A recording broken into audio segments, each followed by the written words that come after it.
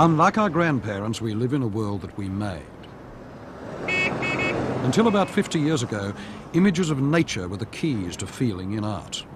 Today, for most people, nature has been replaced by the culture of congestion, cities and mass media. We are crammed like battery hens with stimuli, and overload has changed our art. Capitalism plus electronics gave us a new habitat, our forest of media.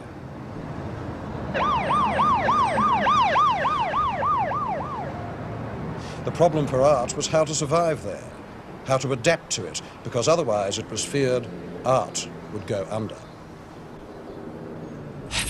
Well, it's Saturday night and I just got paid. Come up by morning, don't try to save. My heart says go, go. Have a time 'cause it's Saturday night and baby I'm feeling fine. Gonna rip it up, gonna rock it up, gonna shake it up, gonna fold it up, gonna rock it up and ball tonight. Got me a date and I don't be late. Pick her up in my 88. Shack on down to the Union Hall. When the jump starts jumping, I'll have a ball. Gonna rip it up, gonna rock it up, gonna shake it up, gonna fold it up, gonna rock it up and ball tonight.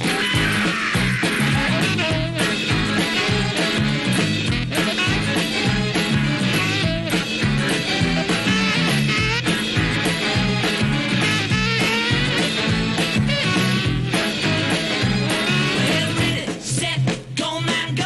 I got a girl that I love so. When I'm ready, ready, ready, ready, ready, ready, ready. The present has more distraction than the past. Works of art once had less competition from their surroundings. The background to the organised sound of Gregorian chant wasn't random noise. Silence was one of the dominant facts of medieval life. You listened to one thing at a time.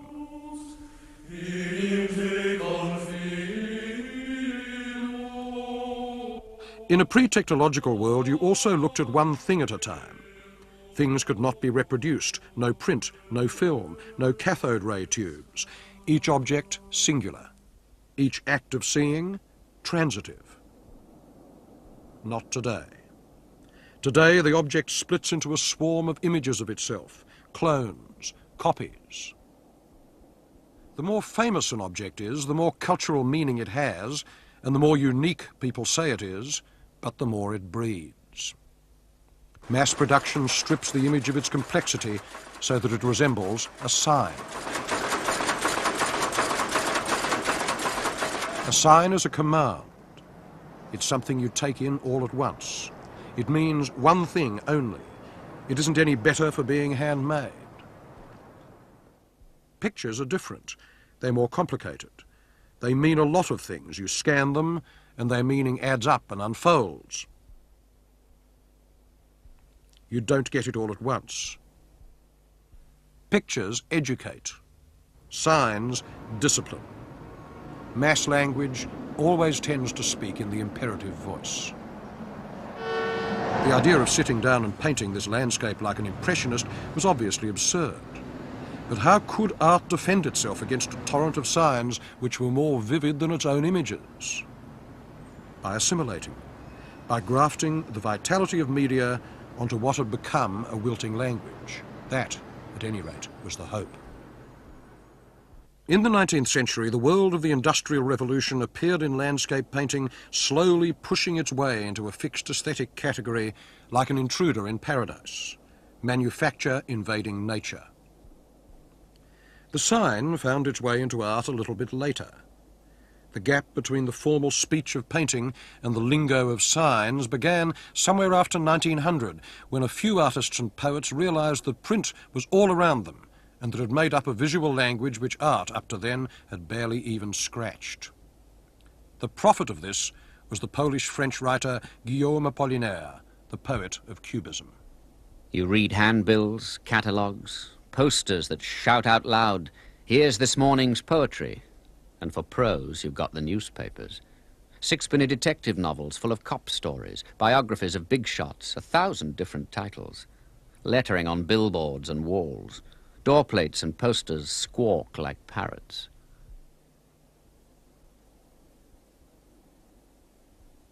But the home of the quick message was America, especially New York. Its shapes were already a subject for American artists by 1920. To Joseph Stella, an Italian migrant artist, the Brooklyn Bridge was a cathedral of the new. It was the shrine containing all the efforts of the new civilization, America, the eloquent meeting point of all the forces arising in a superb assertion of their powers, an apotheosis.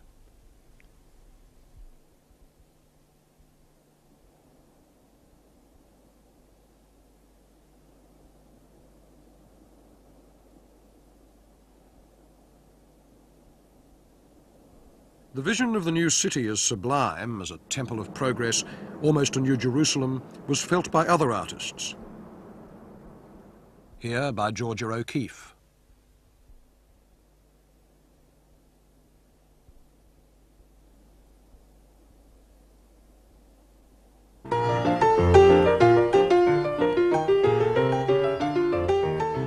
But in the late 20s and early 30s, none of them were interested in the street lingo, the flashing ads in lights, which astounded every out-of-towner in New York.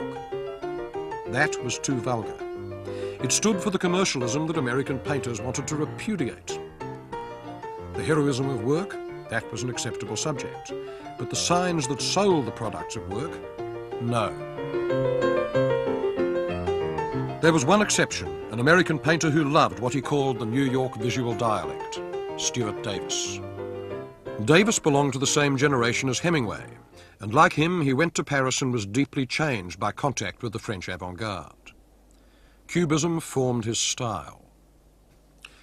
Before he got to France in the early 1920s, Davis was doing Cubist-type paintings. But the brand names and words and signs dominated them as they had never been allowed to dominate a Braque or a Picasso. This painting was the precursor of all American pop art. The brand name itself was a kind of icon for Davis. It was fast, it delivered its meaning in quick bursts, and in painting it was a found object, a visitor from another medium. The word gave Davis's painting its rhythm, the choppy rhythm of American life as he felt it. The clue to that rhythm was jazz. Davis believed jazz was the first real American modernism.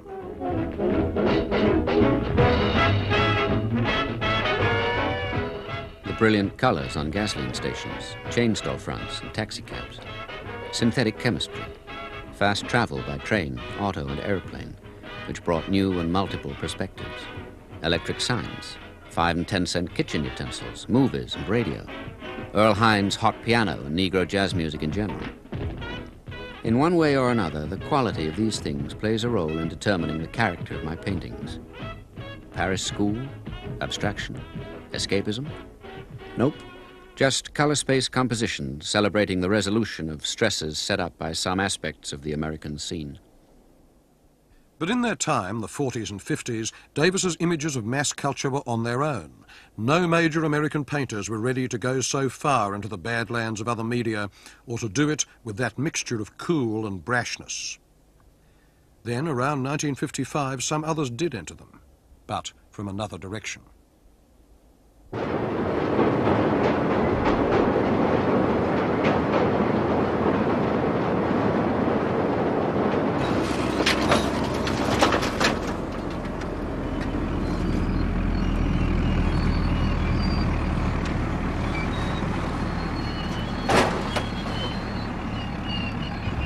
If you buy a half-pound of bacon in a supermarket, you end up with 1.5 ounces of plastic and cardboard wrapping around it. If your electric iron goes on the fritz, you simply chuck it away.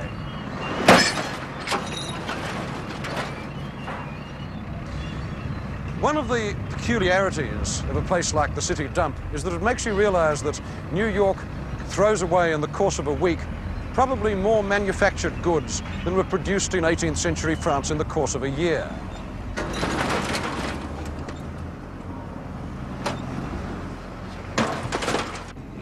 The motto was replacement, not maintenance, disposability and not durability. And there was a subject in this landscape of waste and this secret language of junk, because during the 50s, some American artists realized what the Dadaists in Europe had known about 30 years before, namely that societies reveal themselves in what they threw away. Street junk was to these men what the flea market had been to the surrealists. And among them, there was one budding master, a man in his 20s from Texas named Robert Rauschenberg. Actually, I had a kind of a house rule. If I walked completely around the block and I didn't find enough to work with, I could pick one other block in any direction to walk around, but that was it. The works had to, whatever I did, had to look at least as interesting as anything that was going on outside in the window. The result was his combines, large collages of refuse, things found and resurrected. He got to New York in the early 1950s, and since then, Rauschenberg has opened up more room for anti-formalist art than anyone else in America. Every artist after 1960 who believed that all of life ought to be open to art was in his debt, one way or another. We now take it for granted that art can be anything. It can be for any purpose, from pleasure to threat to systematic boredom. Some is meant for museums, some to be thrown away, and some to be performed, as in this piece danced by Rauschenberg in 1966, Pelican.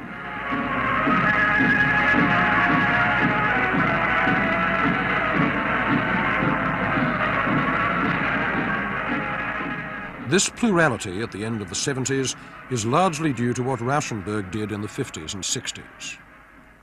Its roots are in Dada, and especially in the collages that Kurt Schwitters made in Germany in the 20s and 30s. Merz pictures, he called them, modern city life describing itself in its own waste. Junk, torn posters, old photos, tickets. Rauschenberg applied this to the even brasher life of the American city. The New York streets gave him his palette of objects. In the studio, he sorted them out and glued them down. I tended to work in things that were either so abstract that no one knew what this object was, or it had been so mangled that you couldn't recognize it anymore, or something so obvious that you didn't think about it. He punctuated them with slathers of paint. These painted links are what Rauschenberg got from abstract expressionism, and they remind us that the things in his combines are meant to hang together as paintings and not just sit there as objects. But the combines were meant to look a bit random. Each one was a rendezvous where the common objects of the day could gather. Monogram was the most notorious of all the combines. Why the goat? Partly, I guess, because he had one as a pet when he was a kid in Texas. He was bereaved by its death, and he wanted to resurrect it. Animals have one main use in Rauschenberg's art. They're innocent witnesses, survivors of nature in a flood of culture. Why the title? Because monograms lace through one another, as the goat does through the tire. But if you ask why it has lasted, why Monogram keeps its shock value despite 20 years of reproduction in the history books, the reason is probably sexual. The goat in the tire is one of the wittiest images of sexual penetration ever made by an artist. Jasper Johns was always bracketed with Rauschenberg in the 1950s. Actually, the two of them were utterly unlike one another. Where Rauschenberg's work was garrulous, Johns was terse. Rauschenberg breathed out, but Johns breathed in. His work was about difficulty. It was extremely subtle and didactic, and like Marcel Duchamp, his mentor, Johns was interested in the ready-made image. He wanted to use things that were so simple, so familiar, that, as he put it, they left him free to work on other levels. New York painting had been full of inventions, of displays of character.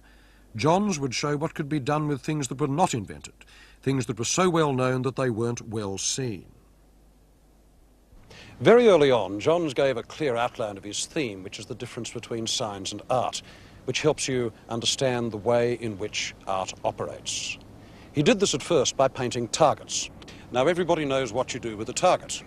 You pick up a gun and you shoot at it. But this means that you're looking at the target in a particular way because all your attention is fixed on the bull. You're not concentrating on the outer circles. In official language, one would call this an extreme example of hierarchical perception and selective looking.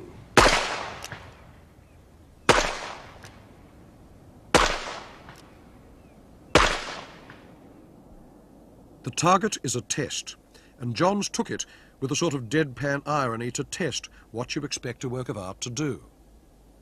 The painting denies the use of a real target. The fact that it is painted with all those dense touches of encaustic so lovingly, like the skin of one of Cézanne's apples, means that you're not meant to look at it the way that a marksman does. The centre is not more important than the rings. Every bit of the surface is equally important. You look at the whole of the picture. And so a sign, a target, has been turned into a painting fit for the museum stare, which must be scanned. Two contradictory ways of looking. A paradox. On top of his painted target, he adds plaster casts, and there's another paradox with them. One wants to see them as images, perhaps elements of a portrait. But they're more like fossils, specimens, visual words that stand for classes of things: ear, hand, penis. The image turns into a sign, and thus inside one painting you have two ways of seeing, the sign becoming a painting and sculpture becoming a sign. No country has a more elaborate cult of its flag than America. It's the best known sign in the whole culture. The eye recognizes it in a flash and passes on. But the art of painting is to delay the eye. This is not a flag. Its motto comes from Magritte: this is not a pipe. Why? Because it's a painting. This is a painting too. It has stars and stripes and it's made of cloth, but it is not a flag. Paint can make almost anything abstract, even a subject as highly charged as the American flag.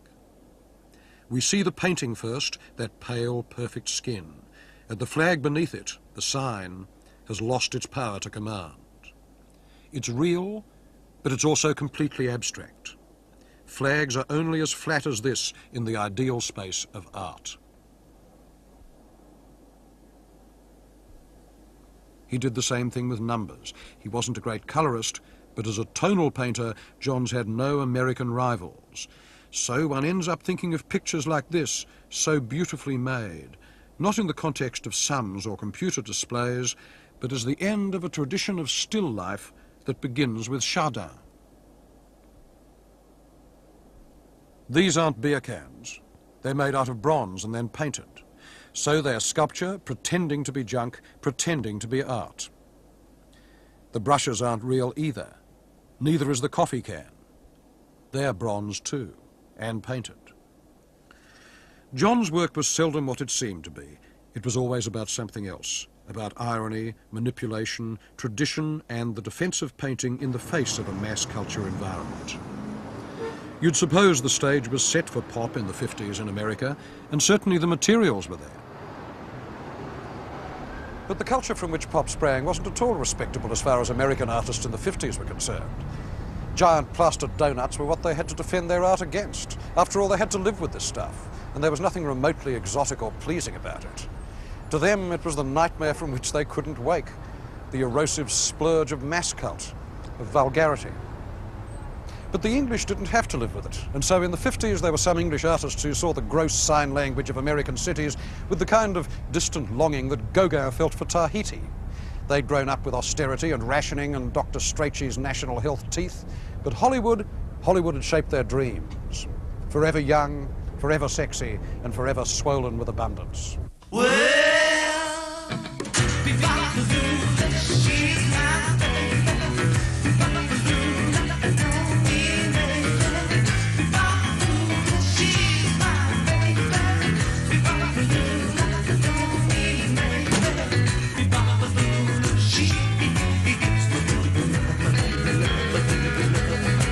well, she's the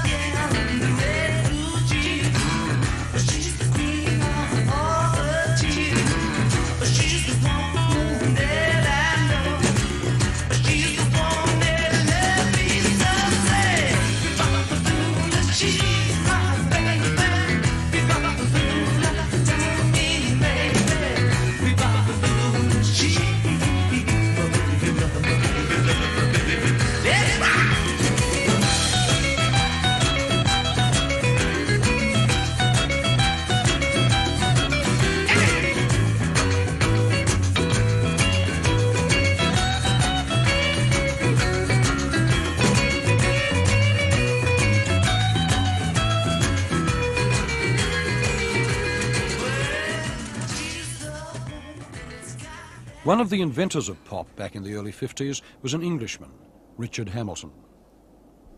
Everybody seemed to go to the same kind of sources. Everybody that was doing interesting work at that time and wanted to be figurative tended to go to second-hand material.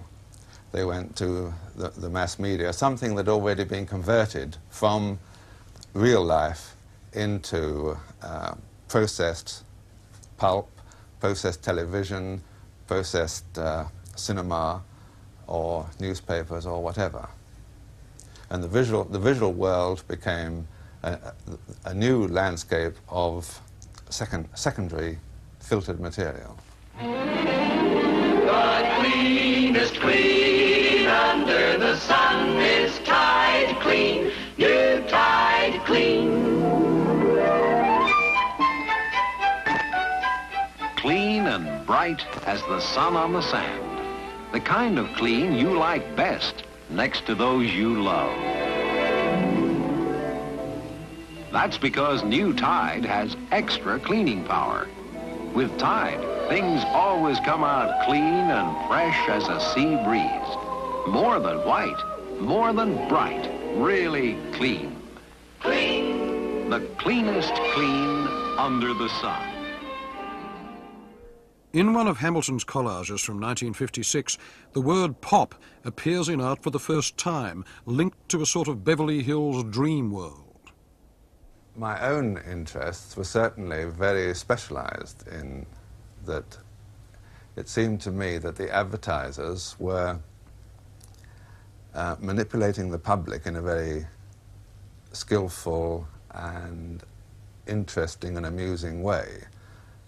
That the difference between pop art and popular art is the fact that pop art is sophisticated, it's not done by the masses, but it's done by highly professionally trained experts for a mass audience. For the connoisseur who has everything. At last, a work of art to match the style of modern loving.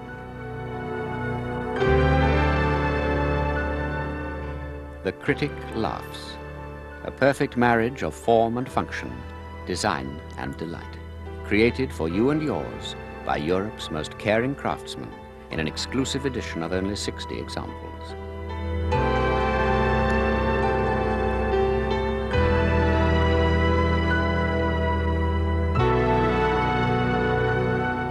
The critic laughs, thrilled to the sensation of ownership.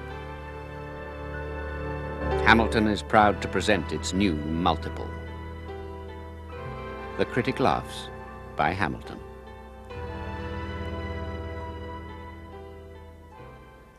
It's the other possibility, the other extreme of the hot dog, but it's still, to some extent, a pop object.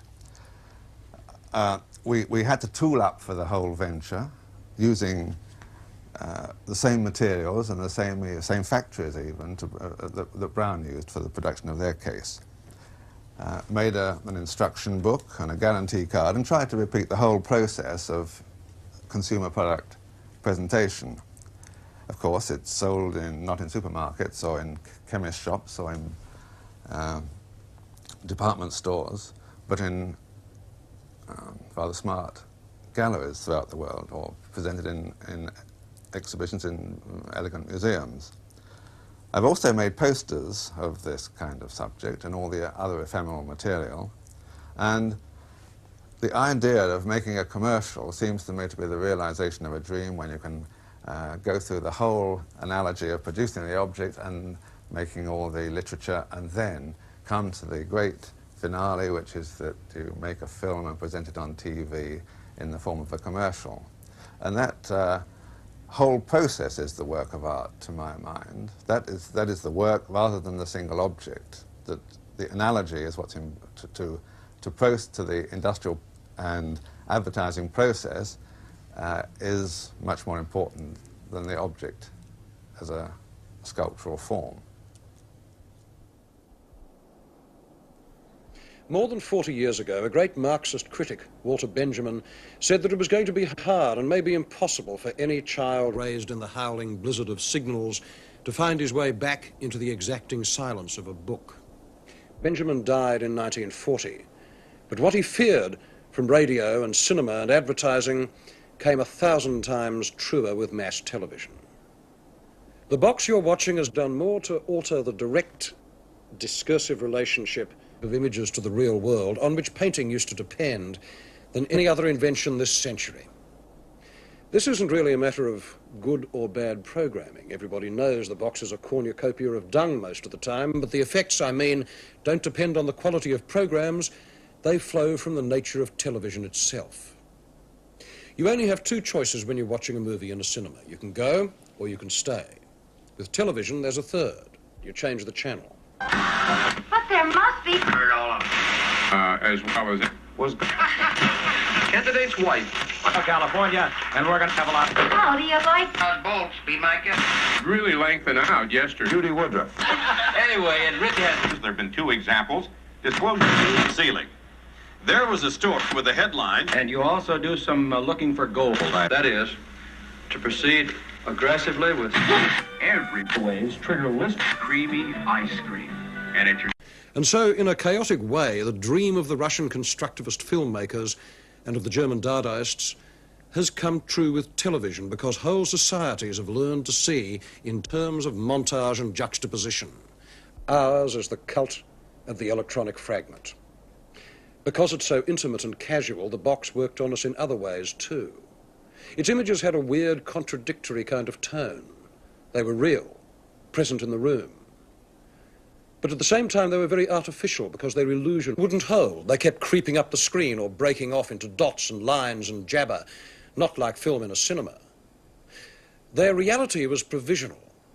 Their reality was provisional, but the colour was ultra-vivid. Electron colour, not the colour of ink or nature or paint. Television messages get to you in small packets. You don't scan the screen as you scan a painting, and you don't inspect it the way you might inspect a Chinese vase.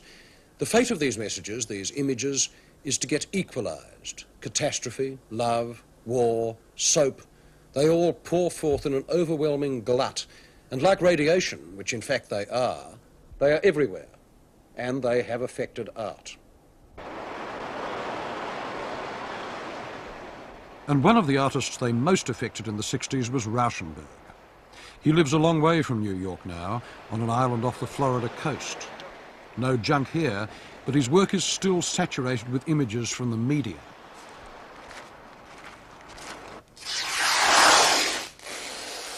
Was bombasted by magazines, TV sets. I didn't have a TV then, but TV sets. The refusal, the excess of the rest of the world, even though you don't know them.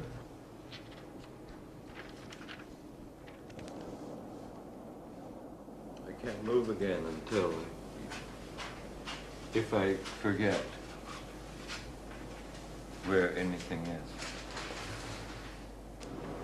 If I could paint or make an honest work, it somehow should incorporate all of these elements, which were and are a reality.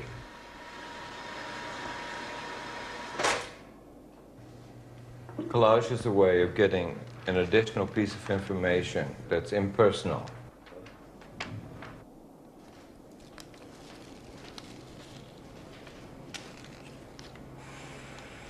I've always tried to work impersonal. In the early 60s, printed images began to replace objects in Rauschenberg's work. The bank of images included anything from 15th century reproductions to diagrams from the Scientific American to yesterday's front page. As the images in his work in the 60s piled up, the paintings took on a heightened documentary flavour. He wanted to give canvas the accumulative flicker of a colour television set. The subject was glut. President. I don't think there's any doubt at all. I think... Of the league, I think the only one in the industry. since I came in office. Pepsi. In the morning, he assembled report. It's not bad, you won't let yourself. I don't know where. His view of the media was both affectionate and ironic. He liked excavating whole histories within an image, histories of the media themselves. Consider this red patch. It's a silkscreen enlargement of a photo that he found in Life magazine, which was in turn a parody of this famous painting, Duchamp's nude descending a staircase. The painting was based on an early sequential photo by Marais. So the image bridges 70 years of technological time right there. It goes from photography to painting to photography, back to painting.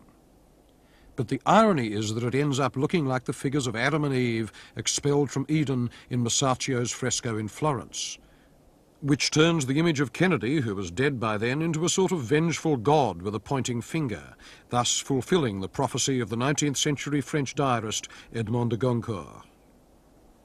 The day will come when all the modern nations will adore a sort of American god, about whom much will have been written in the popular press.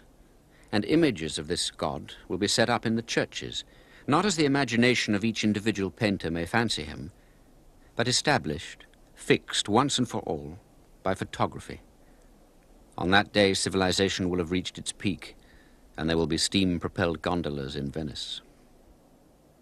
From television, film and photography, we receive a stream of images every day. There is no way of paying equal attention to all that surplus, so we skim. The image we remember is the one that most resembles a sign. Simple, clear, repetitious. We absorb rather than inspect. Indifference becomes our second skin. Everything the camera gives us is slightly interesting. Not for long, just for now. The human extension of the glut of images is celebrity, which replaces the Renaissance idea of fame. The artist who understood this best and became best known for understanding it was Andy Warhol. Warhol is nearly as famous as Picasso, at least on the level of chit-chat and gossip. But Picasso was famous for his energy and masculinity, Warhol for his passivity and sexlessness. He became a famous artist by silently proclaiming that art can't change life, whereas others once did by loudly giving the impression that it could. No, I don't think I'm a revolutionary artist. He got started in the 50s as Andy Warhola, a Polish kid from Pittsburgh who made it to New York as a commercial artist.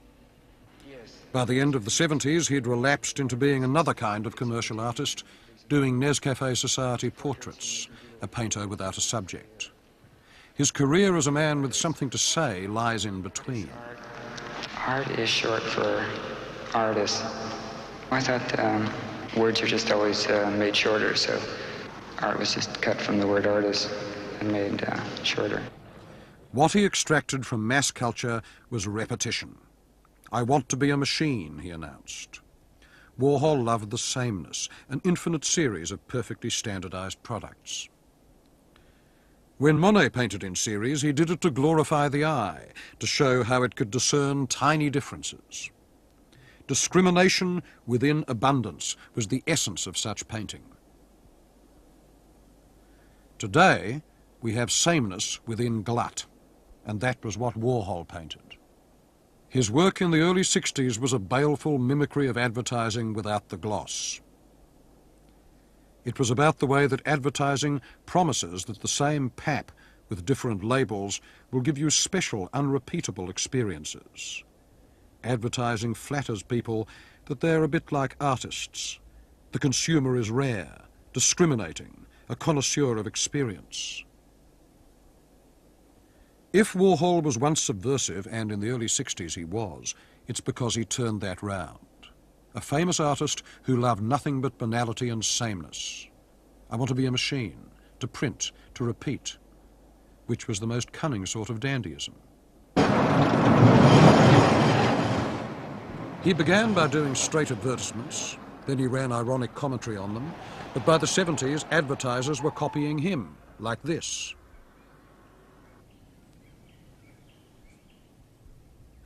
Warhol's autistic stare was the same for heroes and heroines. All you learn is that celebrity breeds clones, thousands of signs for itself, a series without limit. The image is less painted than registered. No nuances, just slips in the silkscreen. It looks coarse, grainy, quick. It wants you to glance at it like a television screen rather than scan it like a painting. And like American TV in the 60s, it's also haunted by death. And as with TV, the violence Warhol enjoyed got filtered through a cool, indifferent medium, photography and silkscreen. These disaster paintings have one subject in common. Not just death, rather the state of being an uninvolved spectator. The eye passes them like that man passing in the background.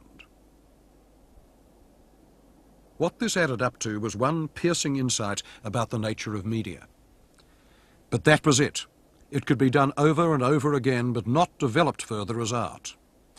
The idea had a half-life, like a radioactive isotope. It sent out a lot of radiation in the 60s, and then it became feeble, and then dead. Boredom finally became boring.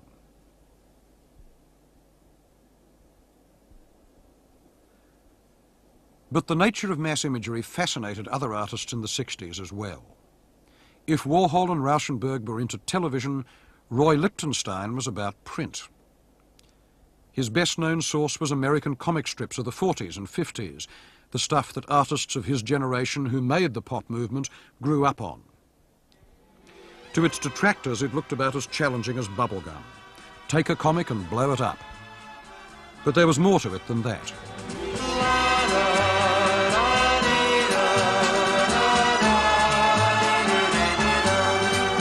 She's Venus in blue jeans, Mona Lisa with a ponytail.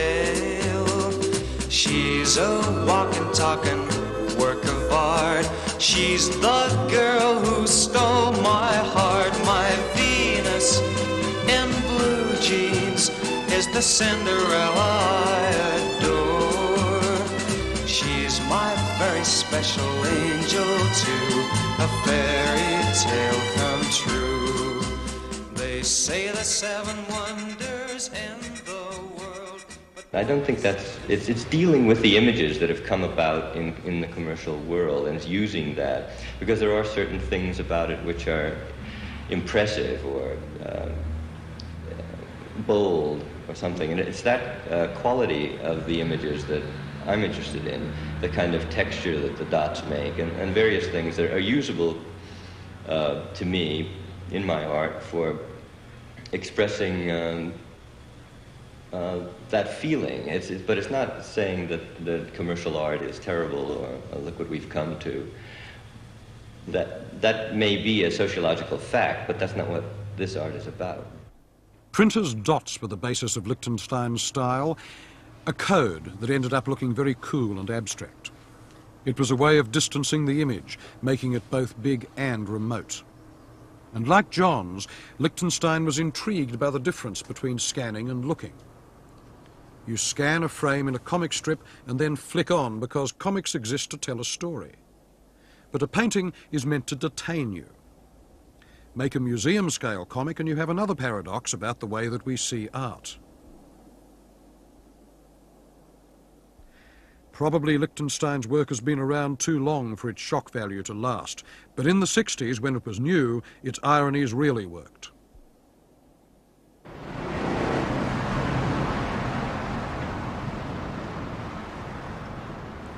Another source for art in mass culture was the American billboard. James Rosenquist used to paint them for a living. In my billboard painting experience, I painted hundreds of square feet of Franco-American spaghetti, and I painted large beer glass, 60 feet long, and some bacon, huge pieces of bacon, and the salesman would come along and they'd say, "That beer hasn't got enough hops in it, you have to make it a little bit lighter," or "The bacon is dirty," or "That Franco-American spaghetti orange is dirty." So I'd go home at night with saying, "Oh no." There's a kind of Buckeye surrealism in big American advertisements, with their weird meetings of image and their overlaps and sudden cut-offs and giant sighs. And that went into Rosenquist's paintings. They had a casual narrative style, but enormous, the scale of 19th century history painting. Like billboards, they were about paradise, but a paradise of consumers, fatally compromised. Rosenquist summed up his ambition to be a painter of American history in the one major painting that the Vietnam War provoked, the F-111. The title comes from a bomber the Americans were using against the Vietnamese. Rosenquist distilled a sour irony from the contrast between that killing machine and those emblems of the good life, the life that so many Americans believed was being defended outside Saigon in 1965. Pop was big and brash. It had learnt that from other media. But there was no chance it could survive outside the museum. On the street, real mass culture would have simply crushed it. This gap between art and life was not closed. Now and again, an artist would try putting a big picture among the billboards. This one is by Alex Katz. A set of pretty upper bourgeois American profiles with one black face thrown in can do nothing against 42nd Street.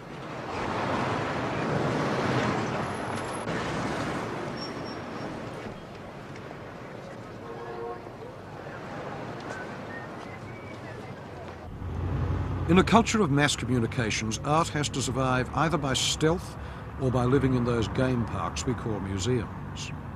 And no country in the world makes that clearer than America, the home of the most enlightened patronage and of the most profound indifference to the visual environment that our century has known.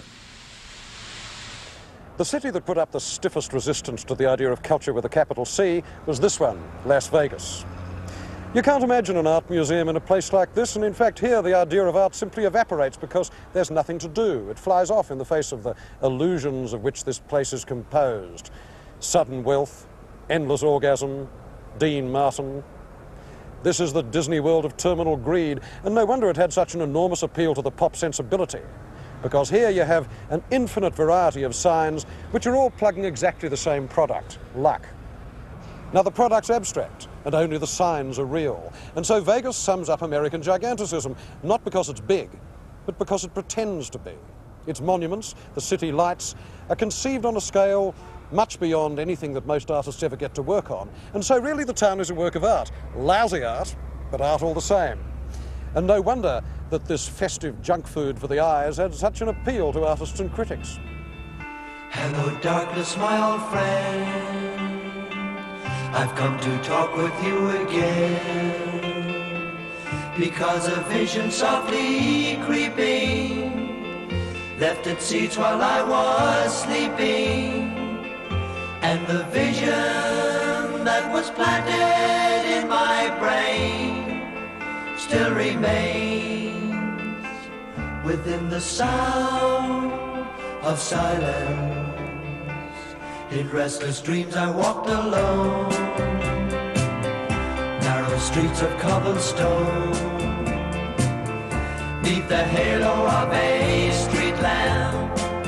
I turned my collar to the cold and damp, when my eyes were stabbed by the flash of a neon light that split the night and touched the sound of silence. And in the naked light I saw 10,000 people, maybe more,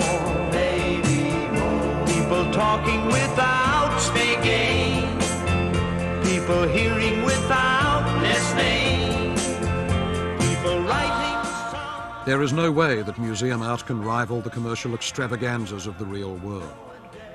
The artists who worked with neon and lights in the 1960s certainly couldn't. Their efforts were as pointless as building a souvenir that rivaled the Eiffel Tower.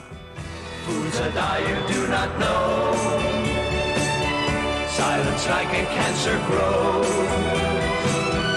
Hear my words that I might teach you, take my arms that I might reach you, but my words like silent raindrops fell and echoed in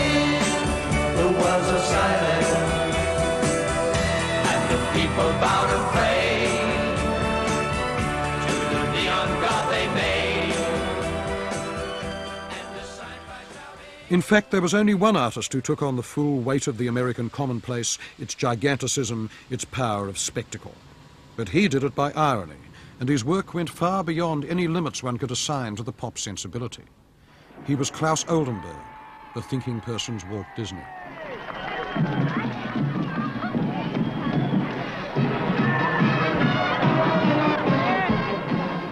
I always try to attend the Thanksgiving Day Parade, which is held in New York. And sometimes if I'm in Europe, I made a special point of coming back so I could attend it. I guess it all started when I was small.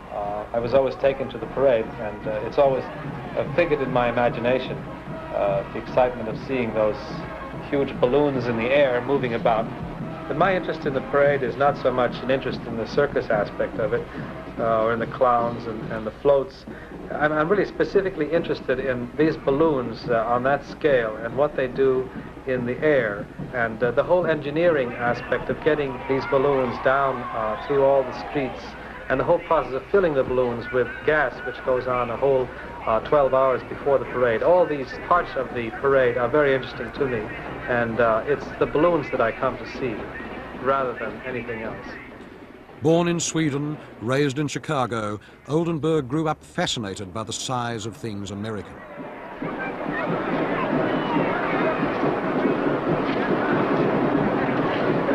Oh, wait, there he is, right there.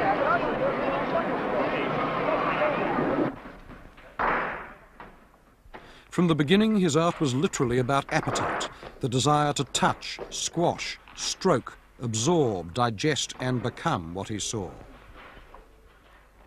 Probably I do two things that are contrary. I try to make the art look like it's part of the world around it.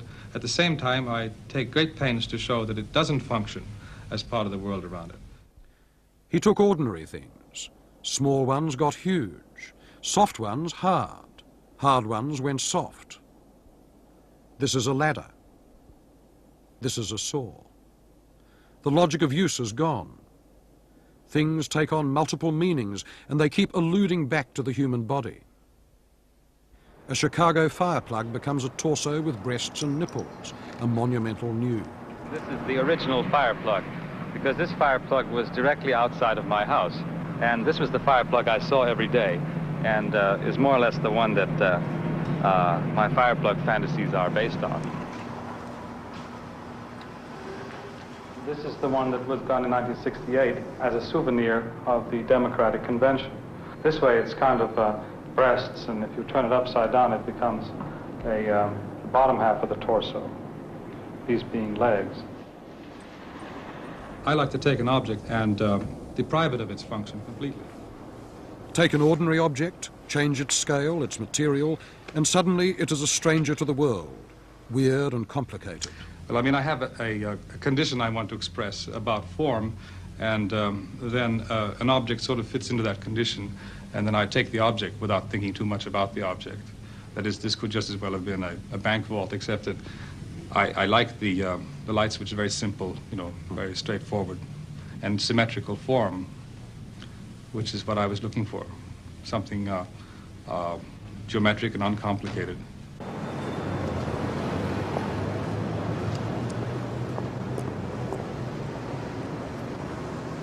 I suppose the best examples of this recomplication of an ordinary thing back into an image lie in Oldenburg's sculptural projects, his big ones, the monuments.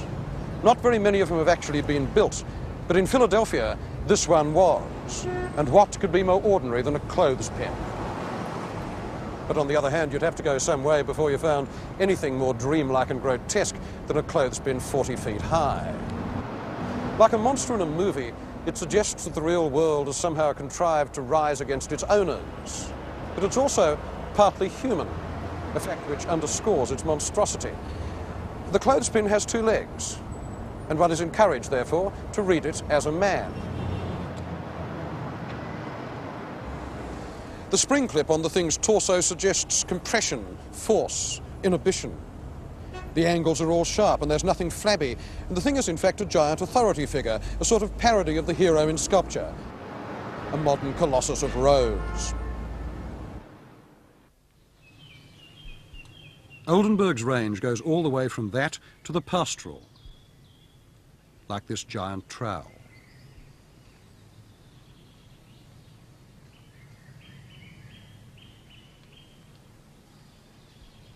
In his power of invention and his drive to impose his whole self on the world, fears and all, he is the nearest equivalent to Picasso that America has yet produced. But for every artist of Oldenburg's seriousness, there were 100 bandwagoners. By the end of the 60s, the pop sensibility was like a mechanized carnival.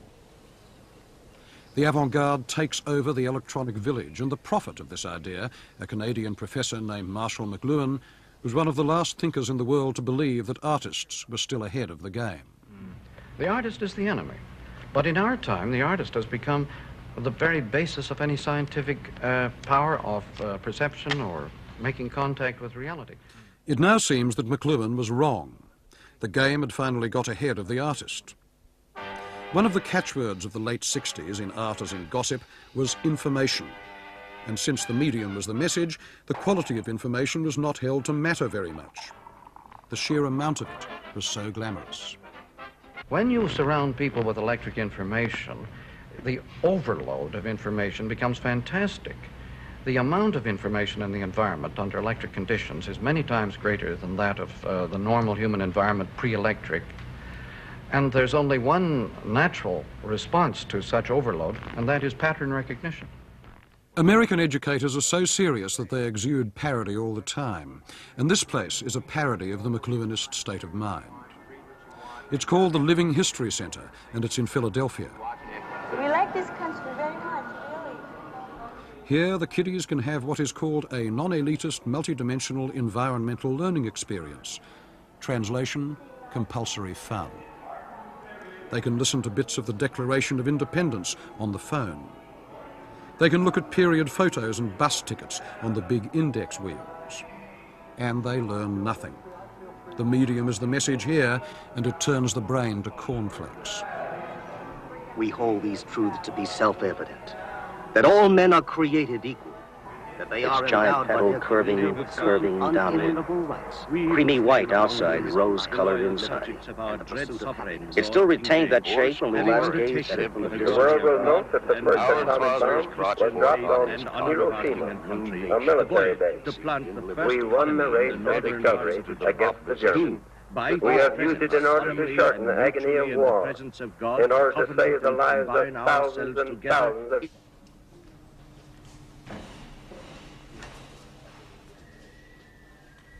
The good side of the pop sensibility was its openness to life, its readiness to let art react to mass culture.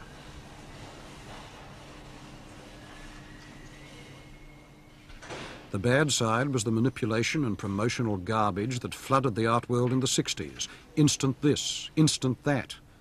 Probably you couldn't have one without the other.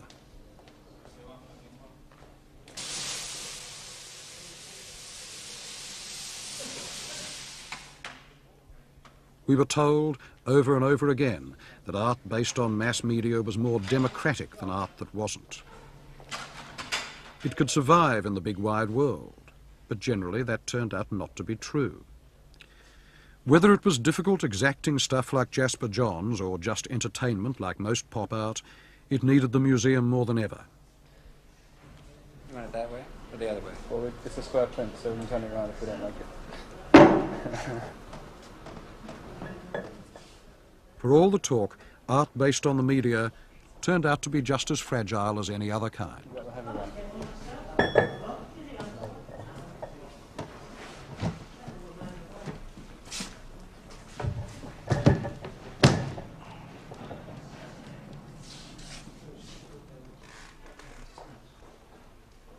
The trouble is that in a showdown, any showdown between painting and the big media, painting cannot possibly win.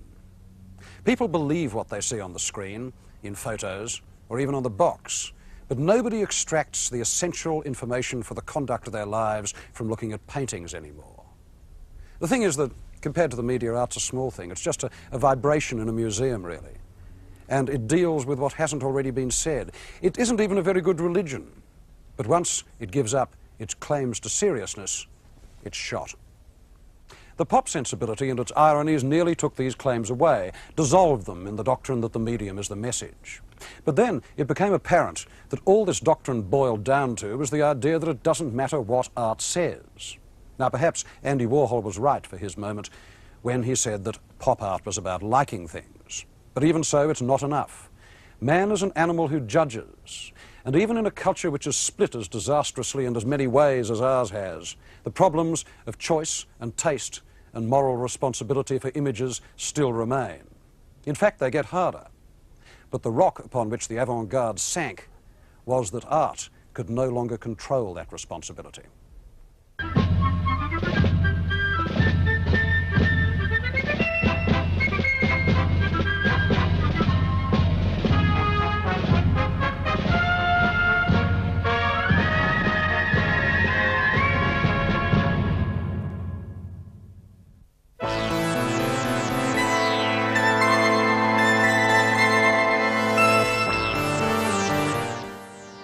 Coming up next, celebrating the career of artist Barry Flanagan, the man who sculpted hares, in a unique new film.